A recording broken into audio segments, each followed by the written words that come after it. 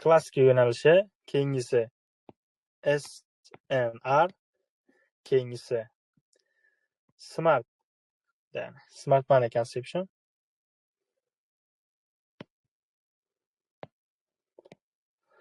Keyingisi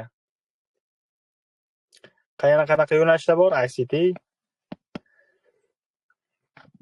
Keyingisi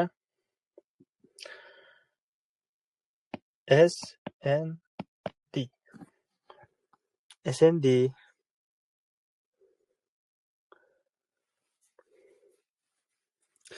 SND bo'yicha. Ya'ni bizda shuncha yo'nalish bor bozorda. Lekin mohiyat jihatdan biz hammasini bilishimiz kerak. Aytib o'tib ketay, hammasini bilishimiz kerak. Har bitta yo'nalish bizga muhim rol o'ynaydi. Siz mukammal darajada bilishingiz kerak. Ya'ni buni shogirdlarimga ham aytganman. Qaysi yo'nalishda ishlasam men ko'p yaxshi va stabil daromadga chiqa olaman deyishadi. Bu holatda umumiy hammasi bu trading sohasidagi yo'nalishlar hisoblanadi. Siz har bitta yo'nalishni yaxshi biladigan bo'lsangiz, demak, sizni stop loss olish ehtimolligingiz kamroq bo'ladi. Sababi nima? Sababi siz mukammal darajada bitta sohani o'rganadigan bo'lsangiz, ikir-chikirgacha siz hech qanaqa zaiflik tomoningiz bo'lmaydi bozorga nisbatan. Bo'lmasa davom ettiramiz. Yana mohiyat jihatdan trading sohasini bitta qilib aytganda, mana shular hammasi trading.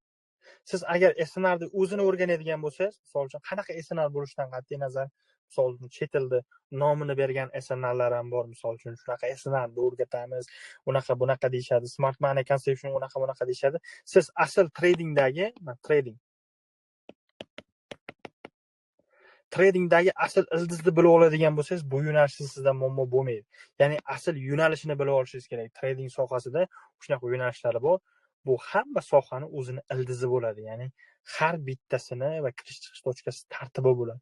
O'shaning uchun har bittasi sohasini o'rganishingiz kerak. Bitta SNRni biladigan bo'lsangiz, Smart Money Conception bilmaydigan bo'lsangiz, SNRda yaxshi daromad ko'rishingiz mumkin, lekin stabilni bo'lmaydi. Chunki siz pand yeb qo'yishingiz mumkin. Klassikadan qanaqadir trend liniyasini sizni SNRingizga qarshi yurishi mumkin. Shuning uchun ham har bitta yo'nalishni mukammal darajada o'rganishni tavsiya qilaman. Hammasi shunaqa. Misol uchun biznes qilayotganingizda ham har bitta detaliga rioya qilgan holatda biznesni o'rganib, keyin biznes qilishni boshlash. Bu soha ham shunaqa. Bu sohada ham biznes qilishdan oldin mukammal darajada shu biznesni o'rganib, keyin biznes qilishingizni tavsiya qilaman. Chunki agar biznesda bir xatolik qiladigan bo'lsangiz, demak, parokandaga uchraysiz. Bu ham xuddi shunaqa.